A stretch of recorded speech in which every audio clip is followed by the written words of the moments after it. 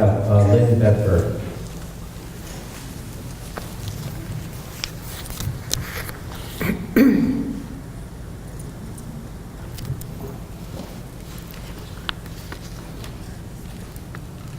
Thank you, Your Honor. My name is Margaret Bregel, and I'm owner of Rue Haven Farm, one of a very few certified organic livestock farms in Chautauqua County. We specialize in organic chicken, turkey, goose, goats, and pigs. I am also past president of the Fredonia Farmers Market, a year-round farmers market whose mission includes the preservation of small family farms in Western New York.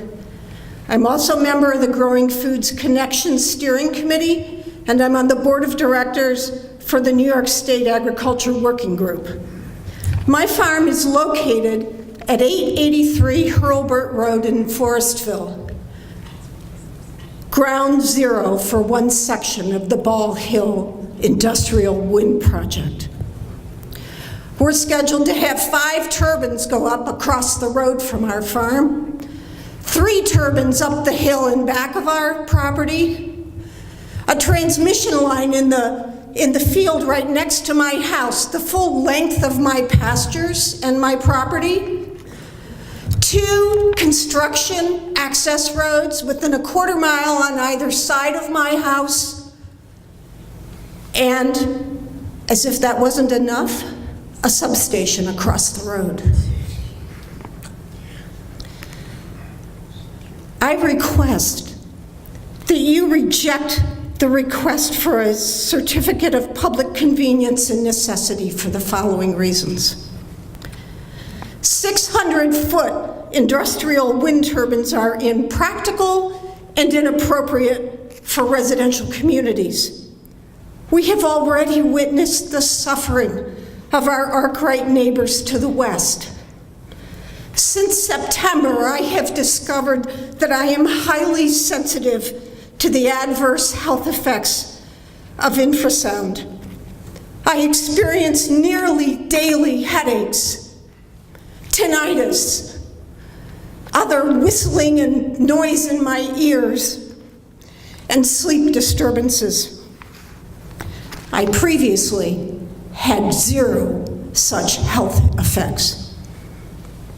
Research has shown that livestock, particularly poultry, which is my specialty, are even more sensitive to the negative effects of infrasound than humans. And our Arkwright neighbors have reported chickens that stopped laying eggs or lay defective eggs, sick dogs, sick horses, and more. We have asked for, and still not received, a net financial impact survey on the project in our area.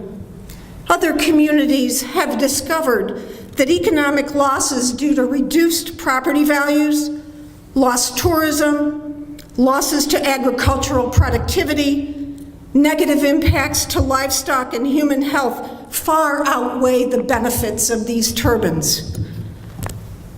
We have worked hard on our small farm.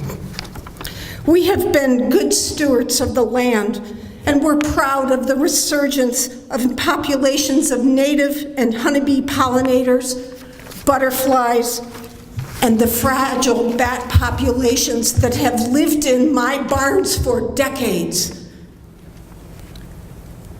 As a certified organic farm, we are bound by the National Organic Program rules regarding contamination of soil and water. If any prohibited substance is found on our property in excess of EPA standard tolerance levels as a result of drift, runoff, or spill, we could lose organic status, destroying our farm and our livelihood. This is of particular concern in 2 areas. Construction of the wind turbines in back of us, which are uphill, will likely affect our water table. Also, the transmission lines going in on the field immediately west and adjacent to our pastures. RES has indicated in their application that they liberally use herbicides to be used in land clearing, and runoff from that field directly affects our property. RES claims that the project will benefit agriculture and our community with added income. It is apparent that they specifically targeted, I know these leaseholders, they're my neighbors. They specifically targeted larger acreage farms with aging owners, farms that are struggling financially, taking advantage of a very vulnerable population. This is not a reasonable strategy for stimulating agriculture in our area, and the decline in property values will eliminate the small benefit to a few. In fact, the large farm across the road from us, which has signed contracts for 2 wind turbines, immediately listed their farm for sale following the Villanova vote to approve the 600-foot expansions. Several months ago, myself and other community members presented our concerns about the impact of these 3 projects, which total over 100 turbines in our community, to our county legislature. One of those legislators, who was also a realtor in the northern part of the county, approached me following that session. And when I asked him what I should do, he said, "Get out while you can."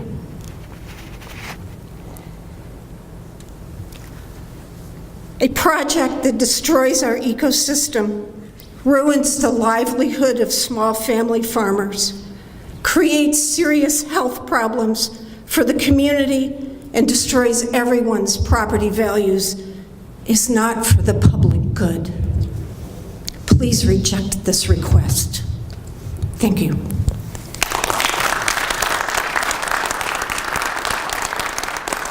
Thank you. I have Lynn Bedford, and I have no other cards out tonight. Good afternoon. My name is Lynn Bedford.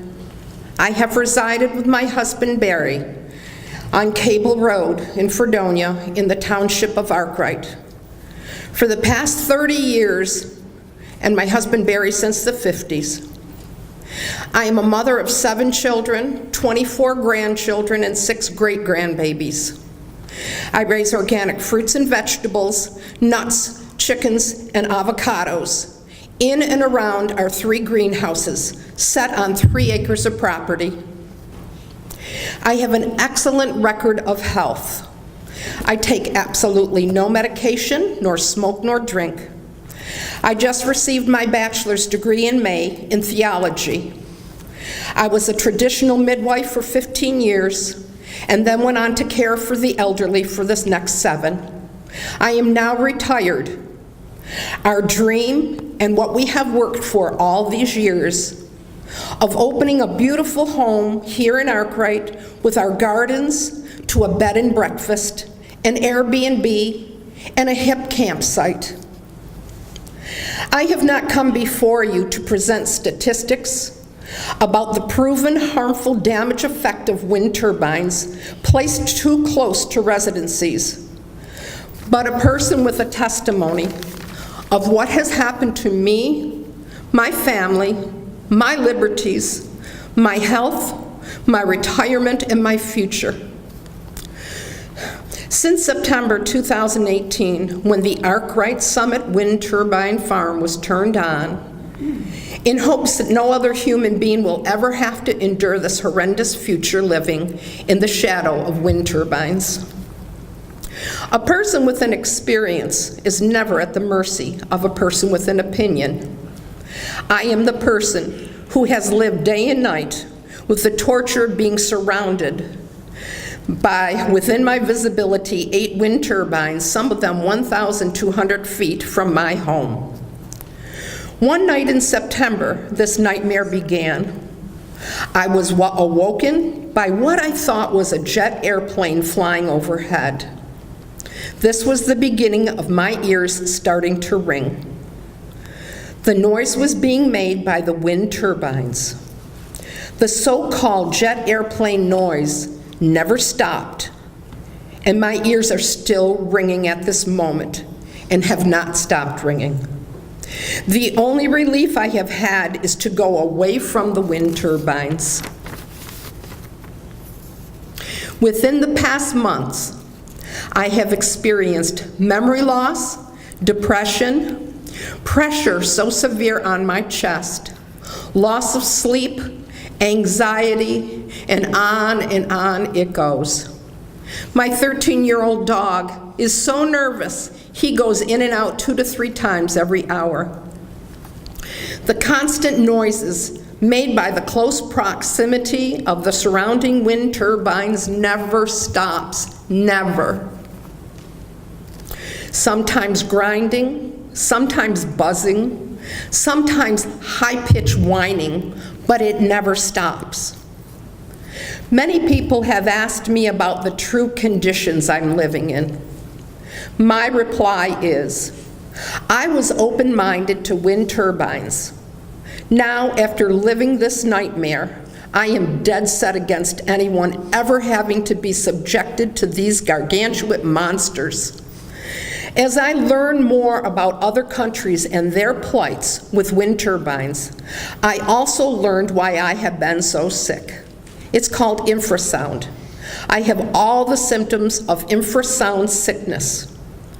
Arkwright Summit Wind Turbine Farms is the canary in the coal mine, and this canary is dying. Our retirement plans are destroyed, for no one wants to spend all night under a jet airplane that never takes off and never leaves. These turbines must be turned off and no more constructed. I personally hold accountability to those concerned who constructed them and the town board who had no concern for we the people of Arkwright. We the people there pay exorbitant taxes, and we can't even refinance our home because of these turbines. Shame on all who has allowed this to happen. Don't hurt any more of the neighbors that we have facing these turbines. Stop the turbines. They are killing us, our birds, our bees, our squirrels, our animals, and our environment is gone. Thank you for listening. And by the way, Saturday, the flicker effect hit our house. Thank you.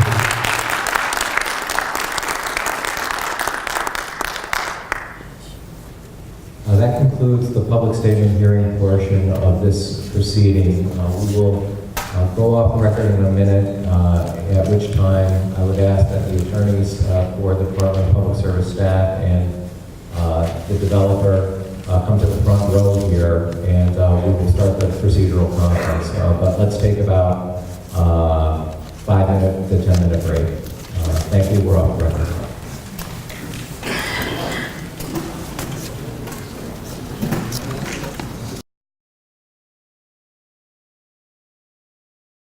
Just prior to this procedural conference held a public statement hearing.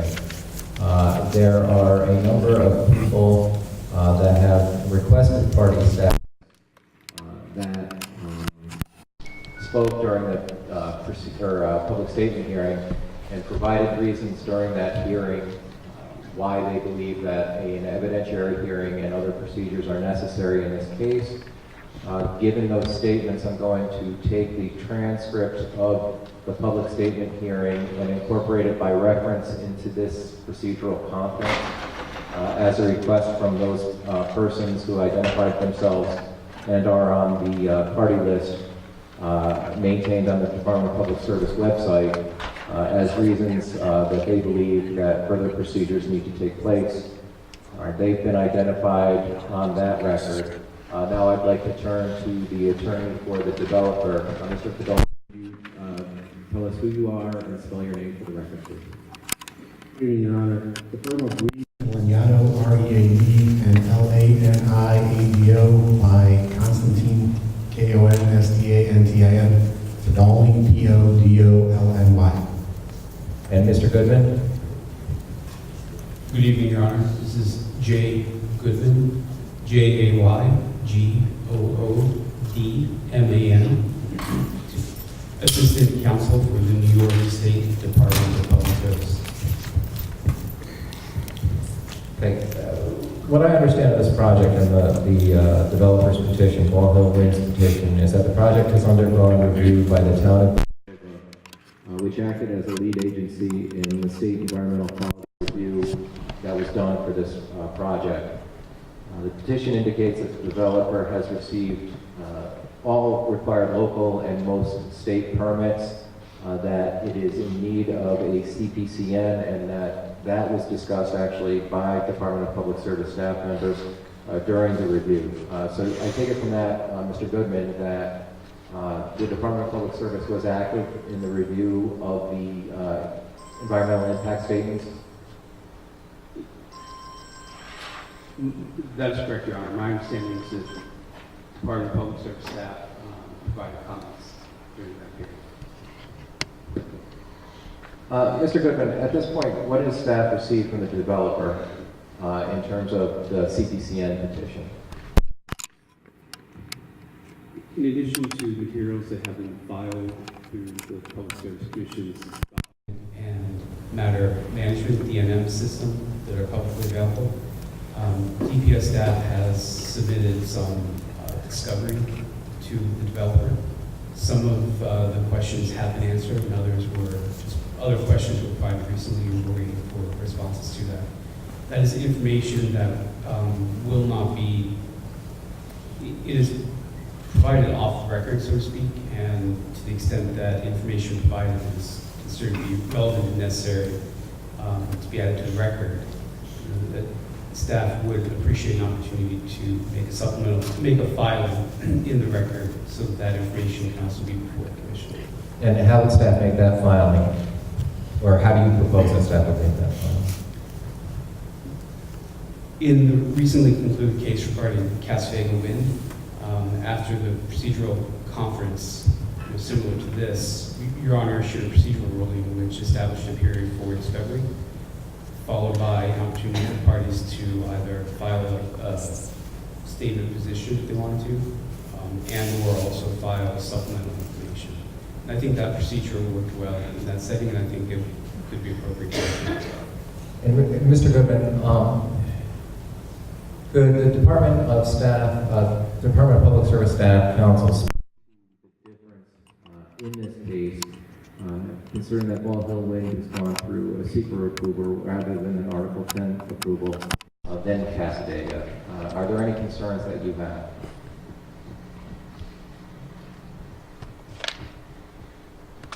If I could just clarify, Your Honor, are you asking me to identify any concerns or speak to the differences? Well, first, do you see any differences in the way that the Commission should handle this case, or that I should handle this case in terms of getting a decision to the Commission, or at least a recommendation to the Commission? I think the two applications have come up from somewhat different routes. The Casadega Wind project gone through the RFP process. The siting board, which granted a certificate for that, in their order, they directed the applicant to also seek the Section 68 Certificate of Public Convenience and Necessity. But in that order, they narrowly limited the scope of review for the Public Service Commission in that application. This petition is coming up from a different environmental review process, where the State Environmental Quality Review Act environmental review process has been completed. There is a closed record on the environmental review, but that process did not result in an order binding on the Commission that would otherwise limit our scope of review. So I think there are still some areas which may be outside the scope of review in this application because the process already happened. But it's not quite as narrow as it was in Casadega. And you were here during the public statement hearing, correct? That's correct. Did you hear anything that gave you any concern about the process that's been handled so far, and that would require us to handle this case with more process than we did in Casadega.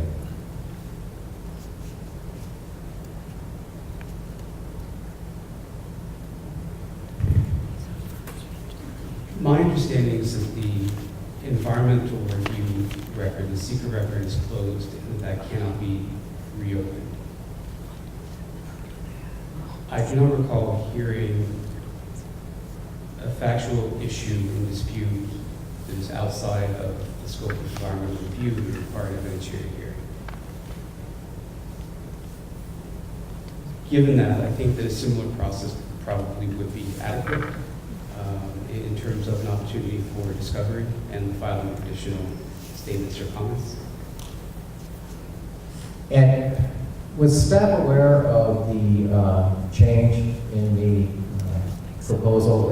And Mr. Pedoni, pardon me if I get this wrong, but the way I understood it from the community members that spoke tonight was that the project was evaluated in the environmental impact stage as a project of turbines that were somewhat smaller than the ones that eventually were put into the final proposal. I think it was by a magnitude of approximately 100 feet. Was staff aware of that change? I believe that it was, Your Honor.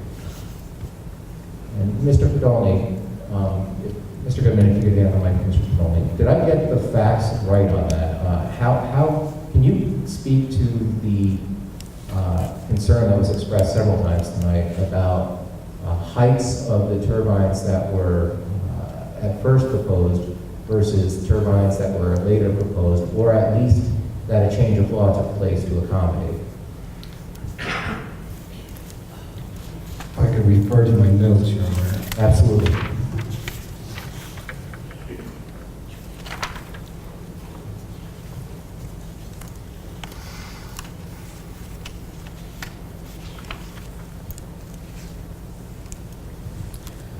So the final environmental impact statement was adopted by resolution 2016 By the town of Hanover?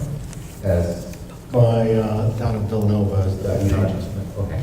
After that, permits for the facility were issued by Villanova and Hanover in December 2016. After that, so the maximum turbines that had been studied up to that point were 492 and 495 feet, respectively, for the two towers. In June of 2018, Ball Hill applied to modify the special permits to allow for a taller wind turbine up to 599 feet. With that application, they submitted several studies, and the town of Villanova, I believe, issued a negative declaration and approved the modification. The town of Hanover did not. The studies that were submitted, before we get to that, so if I understand your last point correctly, then that means that the developer will be using different height turbines depending on whether it's in Hanover or Villanova, is that correct? Yes, Your Honor. Okay. Did the information that was supplied with the supplement, when the proposal increased to 599-foot wind turbines, did those studies include information about turbines of that height? Yes.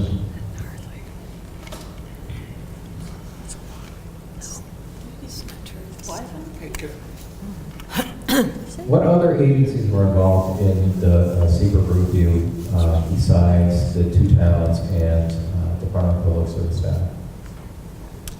To the best of your knowledge. The DC was, I believe, and give me a second. All involved agencies were noticed, and they all had no comment. Are you asking about specifically the amendment application to increase the height of the turbines? Actually, I'm asking about the entire process, and very specifically, do you know that New York State Department of Agriculture and Markets was involved?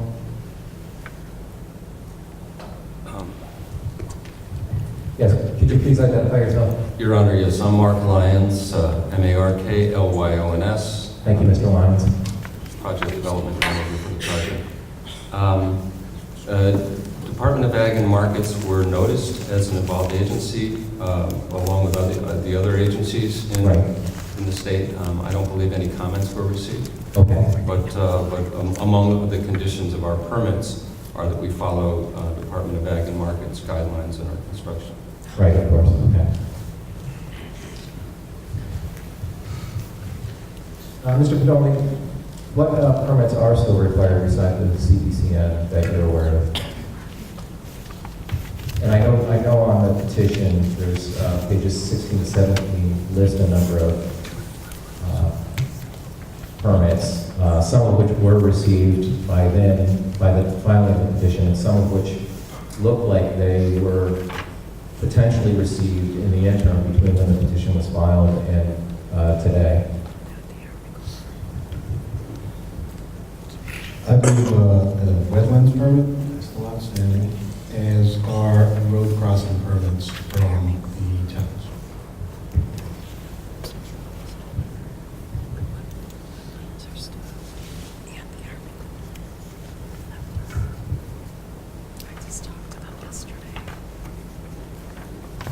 Now, to the community participants who have requested party status, as I said when we started this procedural conference, I heard all of your comments tonight, and I'm taking those seriously into consideration with any decision I make here about process. That includes the information that I heard about the amendment of the certificate or the petition, the permit. For the height, it also concerns all of the concerns that were expressed about the public officials that were involved and that process that was gone through, and also with some of the concerns, the other one in particularly about the World Health Organization update to the guidelines. Hearing that, is there anything that any of you would like to add at this point? Ms. Riggle and Mr. Podolny, could you just give Ms. Riggle the microphone? Yes, I am just really concerned about the supplemental environmental impact statement that the county planning board asked RES to do, and it looks like, with these 600-foot turbines, they're unprecedented in the United States as far as we don't know the long-term impact or the sound effects or anything like that.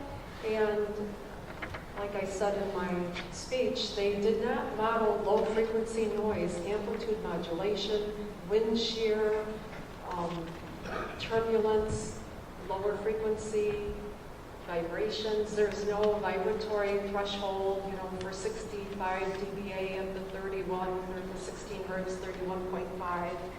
And to me, that's just insane because the larger turbines produce lower frequencies. I mean, that's a proven fact. And these residents will be guinea pigs. The setbacks are 1,200 feet, and the decommissioning was not updated. Why did they use a 2016 decommissioning plan with 495-foot turbines instead of the 599-foot turbines? These people this town will end up holding the bag for decommissioning. It's net decommissioning. The $1 million posted bond, that's even legit, I don't know, will not be adequate. It'll be like $7.5 million to decommission these, and that shouldn't be the burden of the township or the farmers that are hosting these. They don't have that kind of money. Just trying to think.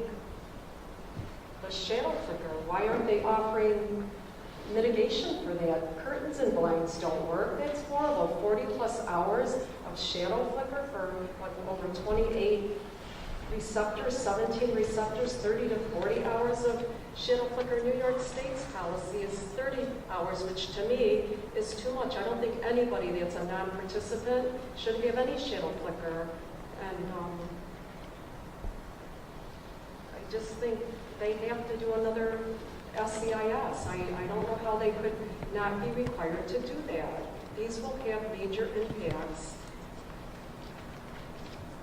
Ms. Riggle, you mentioned the setbacks. Are those from the residents or from the property line? From the residents, the town board adopted, Mr. Spitzer convinced them that 1,000-foot setbacks was adequate for 599-foot turbines, and RES has said in their modeling, other setbacks, it'll be 1,200 feet from a non-participating receptor. And I feel, and I know Mr. Twitchell feels the same, that it should differ for a participant. Why aren't they? There's innocent children, babies, elderly people living in these homes of the participators. They should not be exposed to levels that have negative health effects like this.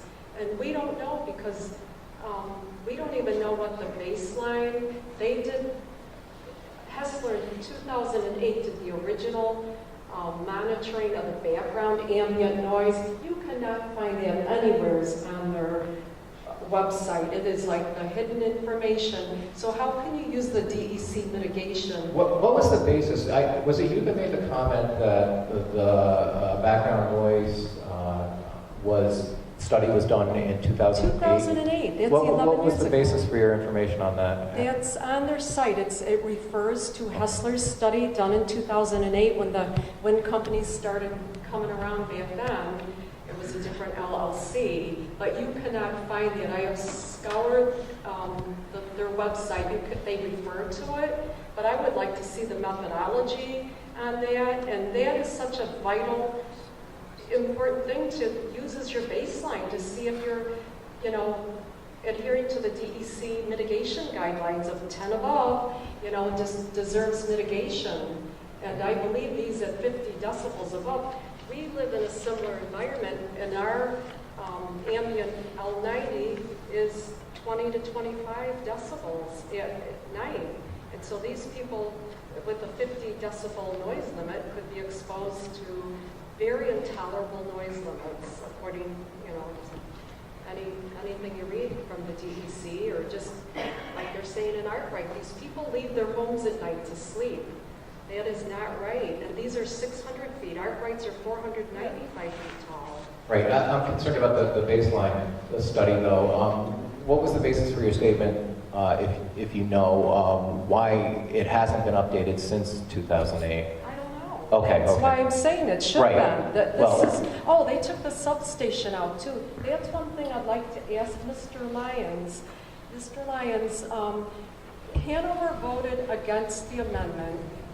Villanova approved it, and Mr. Lyons dangled a carrot kind of to the town of Hanover. If they approve the 600-foot turbines, then we will remove the substation on Hurlburt Road, and we will do overhead, underground, take out the 115 kV overhead and put it 5 miles underground.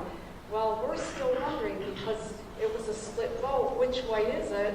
And the Army Corps of Engineers, I asked them yesterday, they still have not given them their permit. Which application was submitted to the Army Corps? Was it the amended application? Because it's going to be a huge difference, underground versus overhead. Underground trunching has a lot of permanent impacts that overhead doesn't. So that needs to be considered by the Army Corps, and maybe Mr. Lyons could answer that if Hanover is going to have the substation removed and underground wires. Well, yeah, but actually that itself is an issue between the town and the developer. It's actually not necessarily improper. I understand your viewpoint and the characterization of it, but it's not necessarily improper to offer to change one part of a project to accommodate another project. I mean, that's an offset that could have very legitimate reasons. There are some things that you raised, though, that I do have some concerns about. Your Honor, one thing too, I'm getting sidetracked here, but the substation was removed for their upgraded amendment application. They took the substation out. Well, if the substation's going to be there, which it looks like because Hanover denied the application, the amendment, so if that substation's there, they have to redo the PNIA. I mean, it was so faulty because the frequencies absent from there. Wind shear, amplitude modulation, turbulence was not studied. It was a real cursory overview, but they took the substation out. That's got to be modeled in there. Okay, I appreciate your viewpoint. Mr. Twitchell, did you want to add anything that Ms. Riggle didn't mention? Yes, Your Honor. I have a question about how you would look at that our concerns for safety, for the noise rulings here. Because when we met in Sinclairville last fall for the CPCN hearing for Casadega, you informed us that there were several concerns that were expressed that were outside of your consideration because the siting board had already, ruled on them. That's correct. Okay. But here we have a case where there is no siting board, and the applicant and the town of Villanova have yet to completely, satisfy the rules or the seeker. So I guess my question boils down to under what grounds would you not admit our concerns for safe turbine noise? Well, in this case right now, I agree with you. There is a difference between what happened with Casadega because of the Article 10 process and the siting board and the specific portions of Article 10 that basically preclude the commission from deciding certain issues.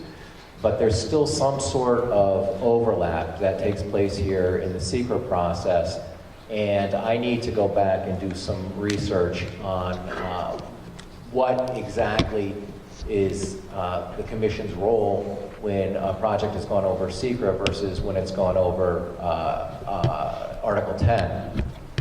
And I do have some concerns, which leads me to a question that I had for Mr. Goodman, but I want to let you finish first before I get to that. So I hope I've answered your question, that the door is still open on any process here, and any ruling that I will make in this case on process will differ from Casadega in the sense that it cannot rely on preclusion through Article 10. It will have to explore SECRA and the relationship betwent SECRA and the Commission.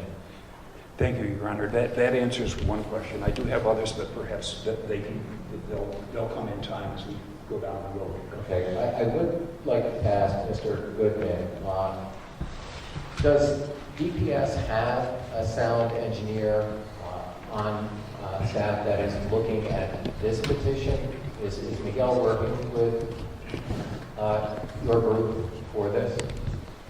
Your Honor, Miguel is not currently working on this. If I could just go back to what we clarify my earlier statement, to what you were just saying, your question to me earlier about the differences. My understanding is that the Commission is, to the extent that it would undertake some environmental review for this application, my understanding is that the review where there's a closed secret record that we cannot reopen or do a duplicative environmental review.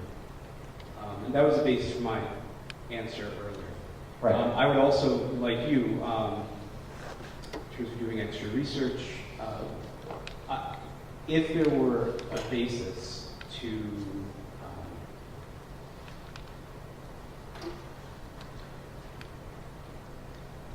take a look at potential impact, where I also heard concerns were raised earlier.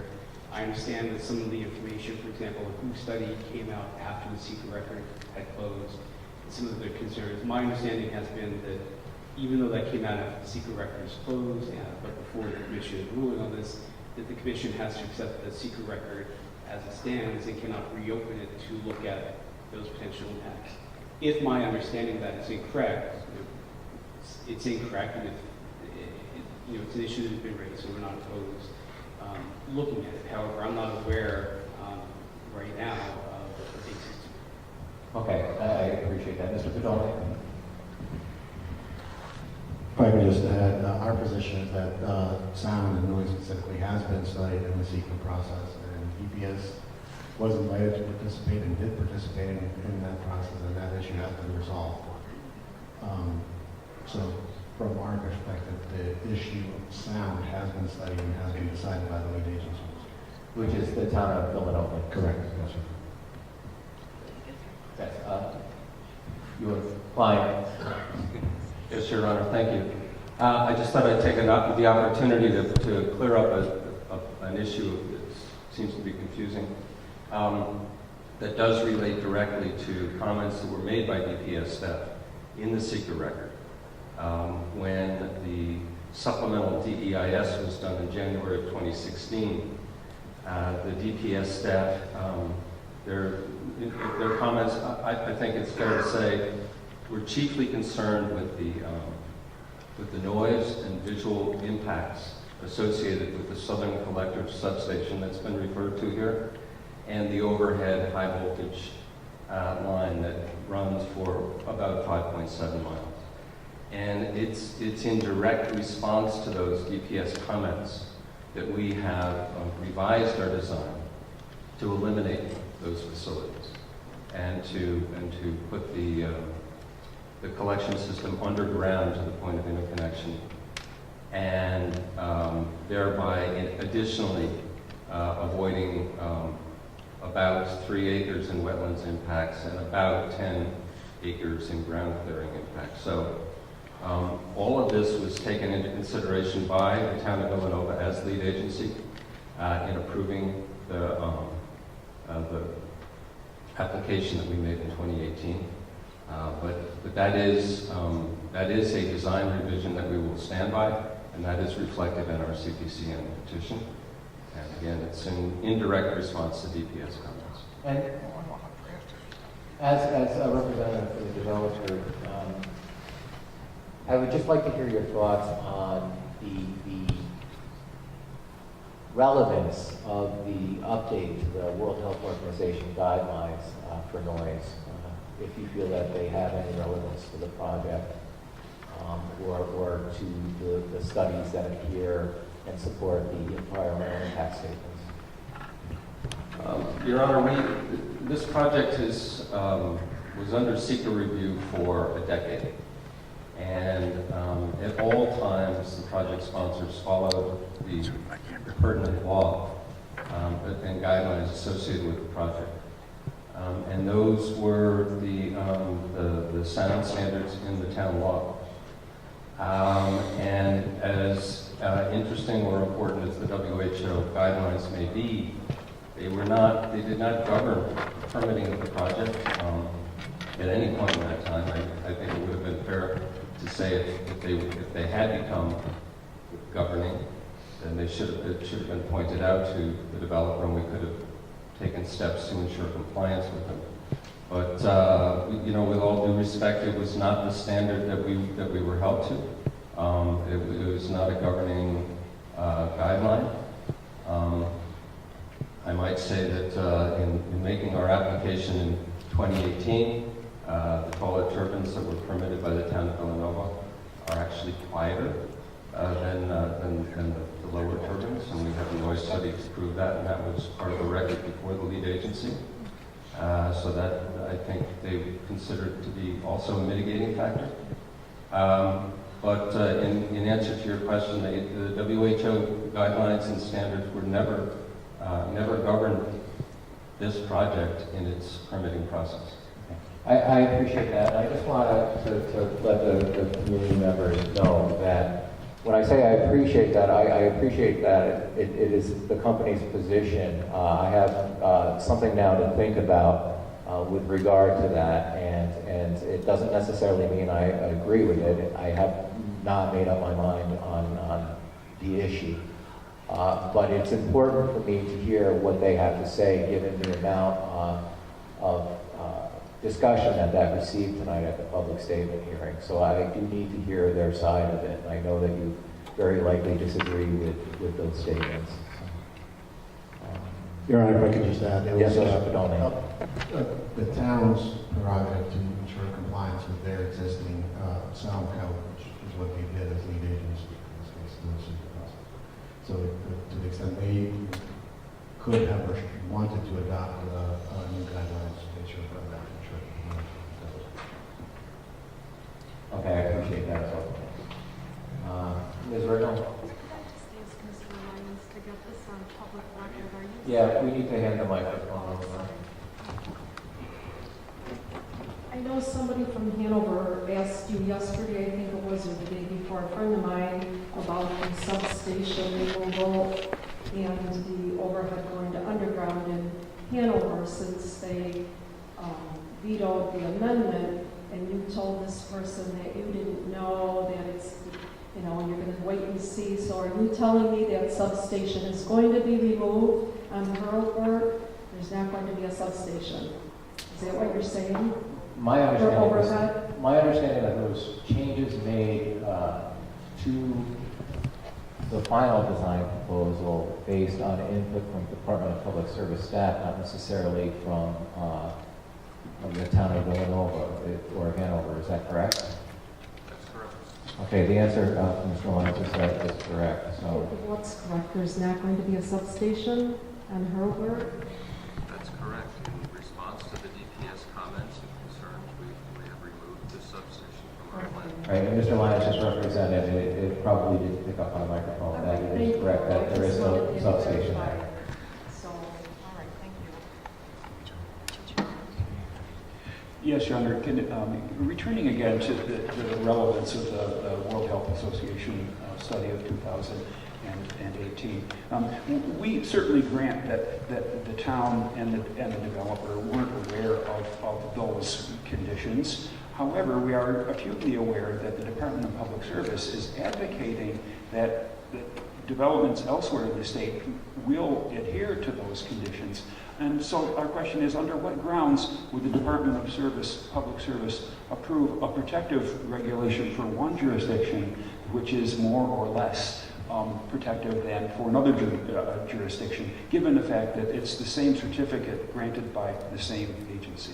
All right, I appreciate that, Mr. Twitchell, and that was in the comments that I believe you made or someone made during the public statement hearing, and that is on my mind, the difference in project requirements. Sometimes it does happen that there are different requirements in projects just because of the effects of time and developments in the law and things like that. Other times there's differences for a number of reasons, but that is something that I will consider when I determine whether any further process needs to take place in this case. Thank you for that consideration. Can you cite an example where the Department of Public Service has actually granted a condition for noise regulation for one jurisdiction that is different than for another? Is that on the record? There will be, if you look back at the old Article 10 cases, I'm sure you will find situations where not necessarily noise, but there are changes in law or recommendations that have taken place over the decades that those usually single-purpose power plants were being built, and over the decades that law was in effect, I'm sure there are changes that were made where one jurisdiction received certain protections and then another jurisdiction several years later received stronger or lesser protections based on changes in the law, but I don't have any specific sites to give you off the top of my head. Thank you again, Your Honor. I can understand that regulations change over time.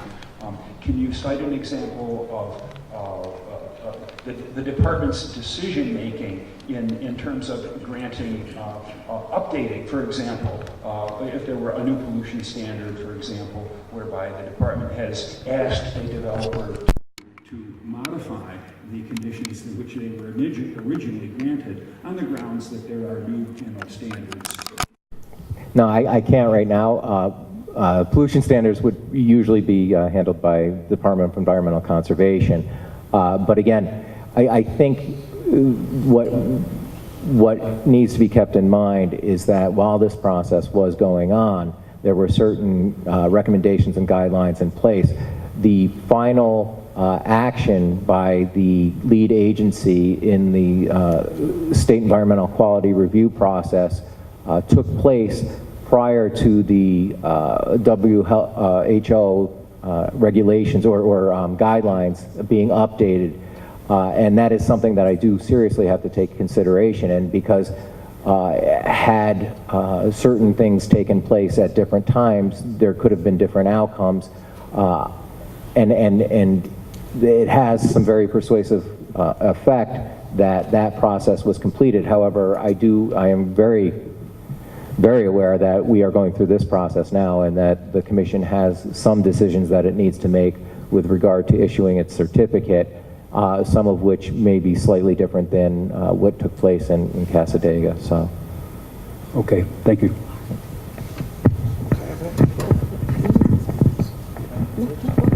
Mr. Graziano. On those turbines being 100 foot taller, Mr. Lyons states that they're quieter. Where can we find that information, and why isn't that a drastic enough change and not to justify another environmental study? Well, that's a question that the commission may consider is, was it such a change that it renders the secret process invalid? More realistically, that's probably something that the courts need to decide. I believe it was you during the public statement hearing that brought up the Article 78 proceeding, or was it Mr. Twitchell?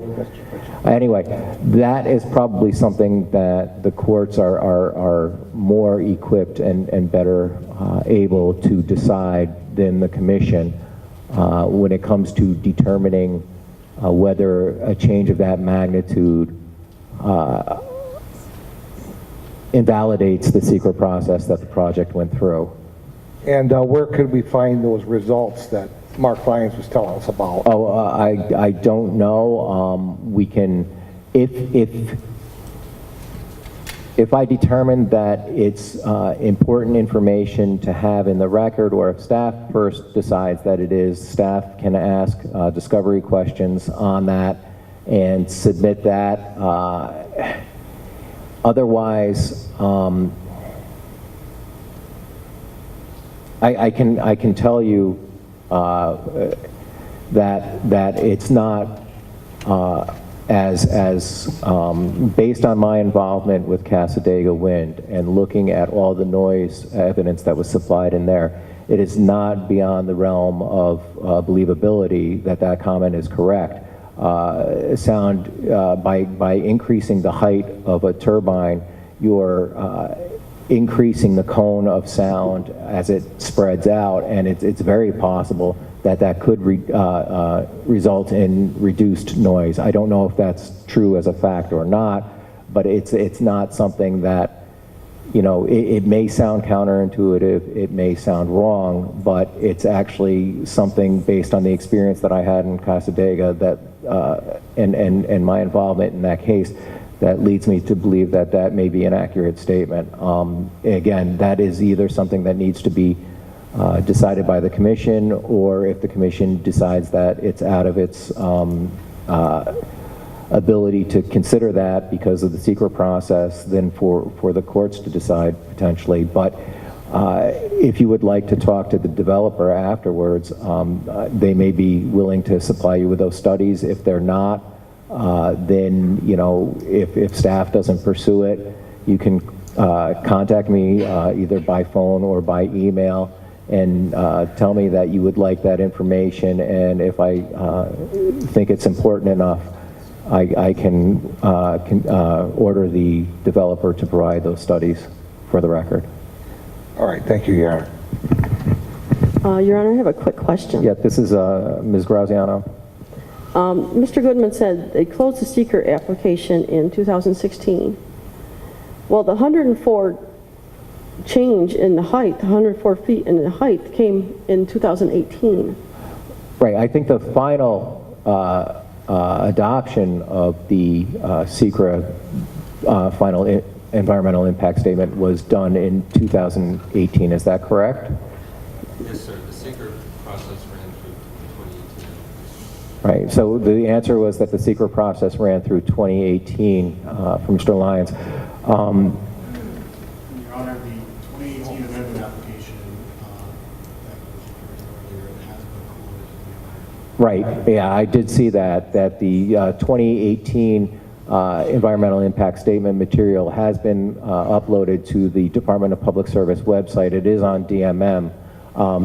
I'm very familiar with that because some of it's locked in the sense that I couldn't print it out and I wanted to, but I can always request hard copies. That was just for my convenience of reading at a desk rather than my stand-up computer, but I made the sacrifice. But the information is there, and it is openable and readable by people who go to the Department of Public Service website for this proceeding. Okay, thank you. I was wondering, because of the 100-foot increase that it came in 2018, probably right coincides with the WHO's recommendations. Now, it was RES's prerogative to increase this height. Shouldn't they fall under the scrutiny of the WHO, since it's... I don't believe that that's accurate. I think the World Health Organization updated guidelines came out after the final action took place on the FEIS by the town of Villanova. Mr. Podolny, is that correct? Yes, sir. And what year was that? Mr. Podolny said yes, that's correct. Even if it didn't, I think it's the developer's stance in this case that it was the town of Villanova's prerogative as the lead agency to consider that. And I understand your concerns with the town of Villanova and the town board. I heard that loud and clear tonight. So yeah, I'm just letting you know I understand both sides of the positions that are being put out here today. Okay, thank you. I just, yeah. I think at this point I've heard enough to consider for any ruling that comes out. I'm not going to make any ruling tonight on further process. It is something that I really need to seriously consider and look at with regard to the difference here, because this was the secret process versus the Article 10 process. And I assure you that any ruling that I make will explain my view on that question. So I can let you know that. Did you have a question? And can you identify yourself? Margaret Briegel. Yes. I did not mention this earlier, but our location on Hurlburt Road is a rather major migratory route for birds, coming and going. And I'm wondering if the additional environmental reviews included the impact on bird losses with the added 104-foot increase in turbine height. Yeah, I don't know the answer to that, but I do know that it falls under the same sort of question that I am left to grapple with over the next couple of days, which is, did the increase in height and the information supporting that increase in height, is that action that was taken by the town of Villanova, does that preclude the commission from considering, you know, the effect of environmental concerns that are raised? Is that something that the court can determine might have invalidated that process rather than the commission? And it's something that I will consider seriously and issue a ruling on further process in this case after due consideration. So. Thank you, sir.